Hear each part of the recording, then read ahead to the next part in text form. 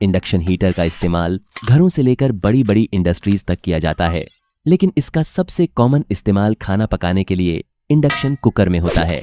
आखिर बिना आग के यह बर्तन को इतनी जल्दी गर्म कैसे कर देता है, चलिए समझते हैं। सबसे पहले मान लीजिए हमारे पास एक सीधी वायर है।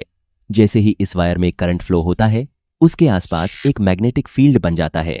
अगर करंट बढ़ जाए तो मैग्नेटिक फील्ड भी और ज्यादा स्ट्रांग हो जाता है, और अगर करंट की डायरेक्शन बदल दी जाए तो मैग्नेटिक फील्ड की डायरेक्शन भी बदल जाती है। अब अगर इसी वायर को कॉइल की शेप में लपेट दिया जाए तो उसके अंदर बनने वाला मैग्नेटिक फील्ड और भी ज्यादा स्ट्रांग हो जाता है। यहां भी करंट बढ़ने से मैग्नेटिक फील्ड बढ़ता है और करंट की डायरेक्शन बदलने से मैग्नेटिक फील्ड की डायरेक्शन भी बदल जाती है। अब इसी प्रिंसिपल का इस्तेमाल इंडक्शन हीटिंग में किया जाता है। इंडक्शन कॉइल इस पूरे सिस्टम का सबसे महत्वपूर्ण हिस्सा होती है। जब इस कॉइल को हाई फ्रीक्वेंसी एसी वोल्टेज से जोड़ा जाता है तो यह बहुत तेजी से दिशा बदलने वाला पल्सेटिंग मैग्नेटिक फील्ड पैदा करती है। यह हाई फ्रीक्वेंसी एसी वोल्टेज एक इलेक्ट्रॉनिक ऑसिलेटर बनाता है। आसान भाषा में समझें तो ऑसिलेटर एक ऐसे पावर सोर्स की तरह काम करता है जिसकी पोलैरिटी बहुत तेजी से बदलती रहती है।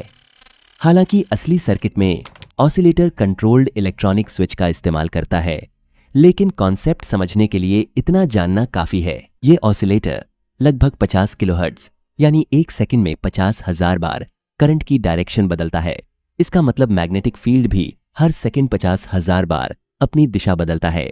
अब जब इस बदलते हुए मैग्नेटिक फील्ड के अंदर कोई मेटल का बर्तन रखा जाता है तो उसके अंदर ईडी करंट्स पैदा होते हैं। यह प्रक्रिया इलेक्ट्रोमैग्नेटिक इंडक्शन कहलाती है। इसी वजह से इस तकनीक का नाम भी इंडक्शन हीटिंग रखा गया है।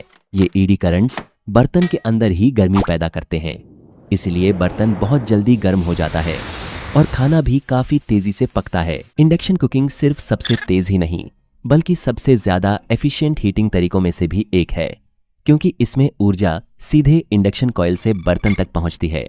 बीच में गर्मी का नुकसान बहुत कम होता है, लेकिन इंडक्शन हीटिंग की कुछ सीमाएं भी हैं, क्योंकि इसका पूरा काम ईडी करंट्स पर निर्भर करता है, इसलिए यह हर मटेरियल के साथ काम नहीं करती।